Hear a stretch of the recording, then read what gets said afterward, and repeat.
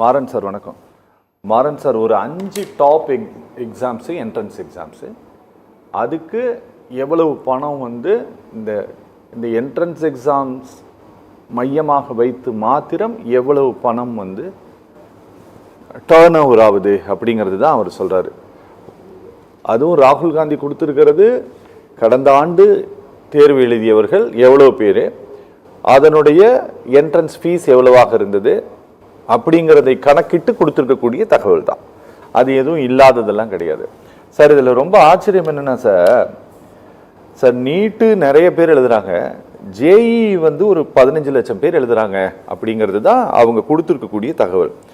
நாங்கள் சென்ட்ரல் பட்ஜெட்டில் இந்த ஜேஇ படிக்கிறவங்க எங்கே போகிறாங்க அப்படின்னா இந்த ஐஐடி போகிறாங்க, என்ஐடி போகிறாங்க. கரெக்டாக சார் நான் சொல்கிறது? Correct, okay. ஐஐடி, என்ஐடி இந்த ரெண்டும் நம்ம எடுத்தோம்னா சார் பட்ஜெட் வந்து எஜுகேஷன் பட்ஜெட்டு மத்திய அரசு எவ்வளோ கொடுக்குதுன்னா ஐஐடிக்கு ஒரு 10,039 கோடி, 309 கோடி, 10,309 கோடி ஐஐடிக்கு.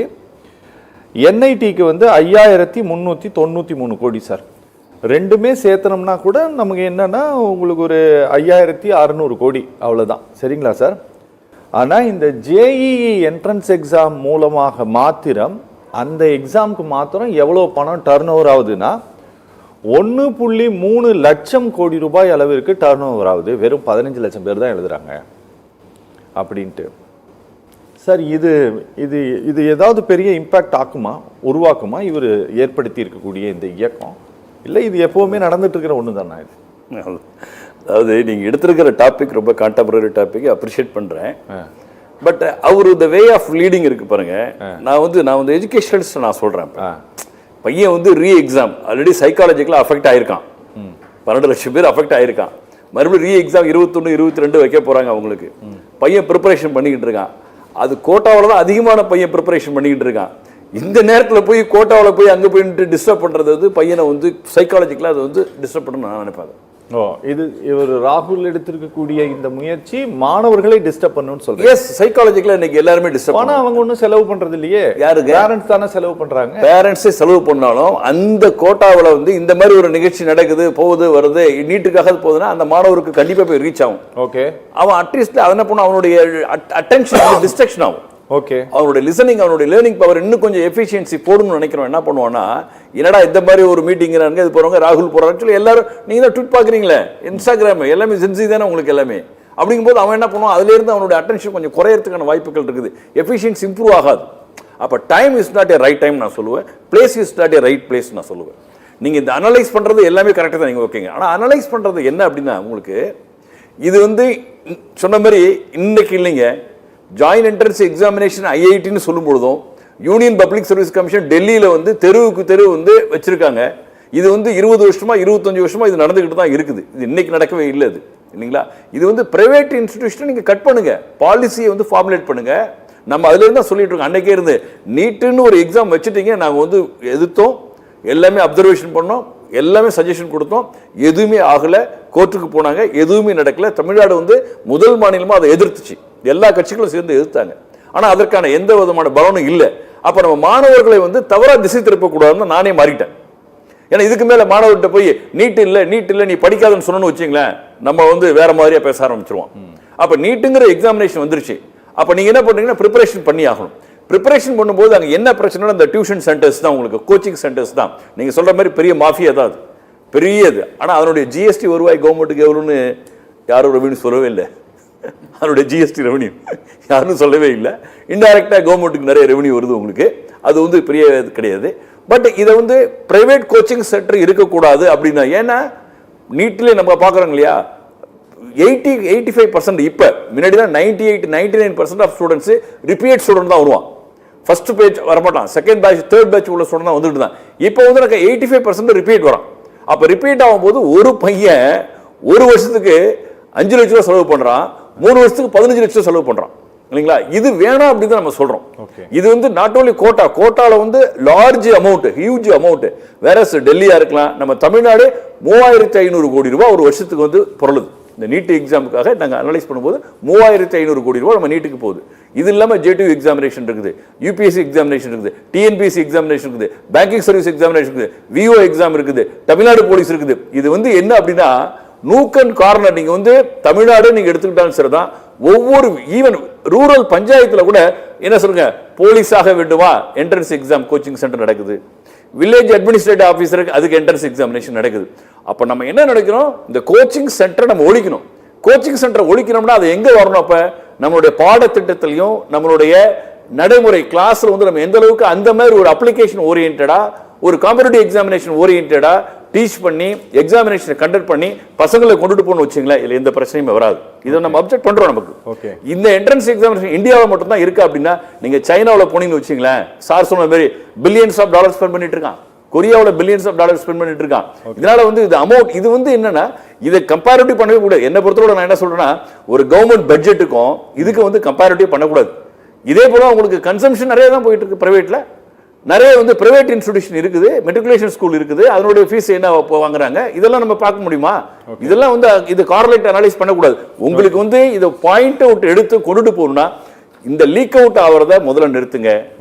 நீட் எக்ஸாமினேஷனை வந்து என்ன பண்றீங்கன்னாக்கா கோச்சிங் சென்டர் நிறுத்துங்க, முடிஞ்ச நீட் எக்ஸாமினேஷன் நிறுத்துங்க, நீட் எக்ஸாமினேஷன் நிறுத்துங்க, முடிஞ்சா நிறுத்துங்க. அதையெல்லாம் விட்டுட்டு நீங்க வந்து மாணவர்கள்ட்ட போயிட்டு ஒரு தவறா அந்த இடத்துல போயிட்டு ஒரு பிரச்சனை பண்ணணும்னு வச்சுங்களேன், அவன் சைக்காலஜிக்கலா டிஸ்டர்ப் ஆவான். இன்னும் 2 days எக்ஸாம் இருக்கு அவனுக்கு. அந்த 2 days எக்ஸாம் போது அந்த இடத்துல வந்து டிஸ்டர்ப் பண்றது தவறுன்னு நான் நினைக்கிறேன். ஓகே சார், இது நம்ம நிறைய முறை பேசியிருக்கிறோம் சார், நிறைய முறை பேசியிருக்கோம். ஆனால் என்னன்னா இந்த முறை ஒரு 5 தேர்வுகளை ராகுல் காந்தி அதை மையப்படுத்தி பேசுனதுனால அதை இணைத்து பேசுகிறோம். ஆனால் இதுக்கு முன்னால் நீட்டை தனியாக பேசியிருக்கோம். நாங்கள் RRBயவோ SSCயவோ இப்படி தனித்தனியாக பேசுனதில் இன்றைக்கி நாங்கள் பேசியிருக்கோம்.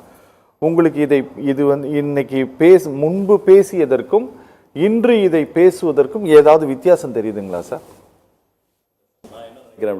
ஒரு சார் இந்த டாக்டர் சொன்னார பார்த்தீங்க இல்லையா, நம்ம பல முறை நீட்டு வேணாம்னு சொல்லி பல டைமென்ஷன்ல பல இதில் வந்து நம்ம பேசிட்டோம், எல்லாம் பேசி முடிச்சிட்டோம். முடிச்ச பிற்பாடு சட்டம் தான் தன் கடமை செய்யணும்னு சொன்னா அரசு வந்து அதை நிற்கிறாங்க, ஸ்டாண்டிங்ல நிற்கிறாங்க பொழுது இதை வந்து எந்த மாணவர்களுக்கு வந்து நம்ம நீட்டு நீ படிக்காத போவாத அப்படின்லாம் சொல்லவும் முடியாது. நம்ம ரெண்டாவது நீங்க சொல்ற மாதிரி இந்த இம்பாக்ட் வந்து எவ்வளவு நாள் அந்த டாக்டர் சேஷையா சொல்றாரு பாருங்க, நீங்க நீட் அப்படின்னா கொஞ்சம் என்ட்ரன்ஸ் எக்ஸாம் எழுதாம போயிடுவானா? புரியுது சார். அவன் என்ட்ரன்ஸ் எக்ஸாமினேஷன் எழுதி அவன் என்ன சிஸ்டம் என்ன இருக்கும், நம்ம சிஸ்டத்தை கண்ட்ரோல் பண்ணணும், சிஸ்டத்தை வந்து நம்ம ரெகுலேஷன் பண்ணணும், ஸ்ட்ரீம்லைன் பண்ணணும். என்ன பொறுத்தவரை நான் என்ன சொல்றேன்னா, என்னோட எக்ஸ்பர்ட்ஸ் படி நான் சொல்லணும்னா இந்த நேஷனல் டெஸ்டிங் ஏஜென்சி நீங்க அபாலிஷ் பண்ணியும் பண்ணிட்டு நீங்க வந்து ஒரு வருஷத்துக்கு ஒவ்வொரு ஐஐடி ஒரு வருஷத்துக்கு ஒரு ஐஐடி கொடுங்க. ஒரு ஐஐடி இப்ப எப்படி வந்து அவங்க அட்வான்ஸ் பண்றாங்களோ, ஐஐஎம் வந்து கேட் எப்படி பண்றாங்களோ, நீங்க ஒரு ஐஐடி மெட்ராஸ் கொடுங்க. நீங்க ஐஐடி மெட்ராஸ் கொடுக்கும்போது அந்த டிஸ்ட்ரிபியூஷன் சேனல் எங்க வரும்னா, யாருக்கு பிரைவேட் போகக்கூடாது. அந்த ஒவ்வொரு கண்ட்ரி ஒவ்வொரு ஸ்டேட்லயும் ஐஐடி இருக்கிறான், ஒவ்வொரு ஸ்டேட்லயும் NIT இருக்கிறான், ஒவ்வொரு ஸ்டேட்லயும் IIIT இருக்கிறான். அவங்க தான் அந்த டிஸ்ட்ரிபியூஷன் சேனல் கொடுக்கும். புரியுது. அந்த டிஸ்ட்ரிபியூஷன் சேனல் கொடுத்தோம்னா இதை வந்து எனக்கு தெரிஞ்சு 99.9% இந்த மாதிரி இஷ்யூஸ் வரதுக்கான வாய்ப்புகளே இல்லை. ஏன்னா இதுவரை அவங்க JW எழுதும் பொழுது IIT தான் பண்ணியிருக்காங்க, இதுல எந்த பிரச்சனையும் வந்ததே கிடையாது. ஏன்னா நம்ம வந்து நம்பணும், நீங்க NTA வரும்பொழுது தான் அதுல யார் இருக்கிறா, அது ரெகுலேஷன்ஸ். நீங்க சொல்லுங்க, அந்த CBSE சொன்னீங்க இல்லையா, CBSE எடுத்துக்கு கொடுக்குறாங்க, TCS கொடுக்குறாங்க, தட் இஸ் இம்மெட்டீரியல். என்ன பொறுத்தவரை அது கிடையாது. நீங்க பண்ண சிஸ்டம் இருக்கு பாத்தீங்களா இல்லையா, அந்த சிஸ்டம் தான் அங்க ப்ராப்ளம்ஸ். அந்த சிஸ்டத்தை யாரு கொடுக்கறது, நீங்க தான் உனக்கு அட்வைஸ் பண்ணிருக்கீங்க, நீங்க தான் அதுக்கு இன்புட் கொடுக்குறீங்க. 1/2 mark, 1 mark, 1.5 mark, 2 mark, image processing. இதை யாரு பாலிசி ஃபார்முலேட் பண்ணது? பாலிசி ஃபார்முலேட் பண்ணது எஜுகேஷன் டிபார்ட்மெண்ட், CBSE. இதுக்கு ரெக்கமெண்ட் பண்ணி அவன் நடத்துறான். அதை அதுல வந்து அவனால தப்புன்னு சொல்ல முடியாது நமக்கு. அப்ப நம்ம கிட்ட பிரச்சனை இருக்குது. ஏன்னா இந்த CBSE நான் சொல்லியிருக்கேன் நிறைய முறை, நீங்க ஃபர்ஸ்ட் டைம் நம்ம பண்ணும்போது எங்கள்கிட்ட டெக்னாலஜி இருக்குது, நான் எல்லாமே செஞ்சிருவோம் போயிடுன்னு சொல்லக்கூடாது. நீங்க முதல்ல ஒரு பேப்பர், ஆப்ஷனல் பேப்பரை எடுத்து நீங்க டெஸ்ட் பண்ணிருக்கணும். ஒரு ஸ்போர்ட்ஸ் மேனேஜ்மெண்டா இருக்கலாம், இல்ல மேனேஜ்மெண்டா இருக்கலாம், இல்ல சைக்காலஜி இருக்கலாம். இந்த மாதிரி ஒரு பேப்பரை எடுத்து டெஸ்ட் பண்ணிட்டு அது எந்த அளவுக்கு ஒர்க் அவுட் ஆகுதுன்னு பார்த்துக்கிட்டு தான் நீங்க செஞ்சிருக்கணும் ஒழிஞ்சு எல்லா பேப்பரும் நீங்க போட்டதால எத்தனையோ லட்சம் மாணவர்கள் பிரச்சனை ஆயிடுச்சு. இது வந்து கவர்மெண்ட் பாலிசி தான் பிரச்சனை. அதுதான் நம்ம ரெஸ்ட்ரிக்ட் பண்ண சொல்றோம், ரெகுலேட் பண்ண சொல்றோம். நம்ம இதுல வேற எதுவுமே எந்த இதுவும் இல்லை. நீங்க நிறுத்தலாம் முடியாது. நீங்க நீட் எக்ஸாமினேஷன் போயிட்டு தான் இருக்கும், அந்த கோச்சிங் சென்டர் போயிட்டு தான் இருக்கும். ஆனா சுப்ரீம் கோர்ட் ஹானரபிள் இப்ப நீங்க வந்து என்ன சொல்றீங்க, அப்போசிஷன் லீடர் பேசிட்டாருங்க.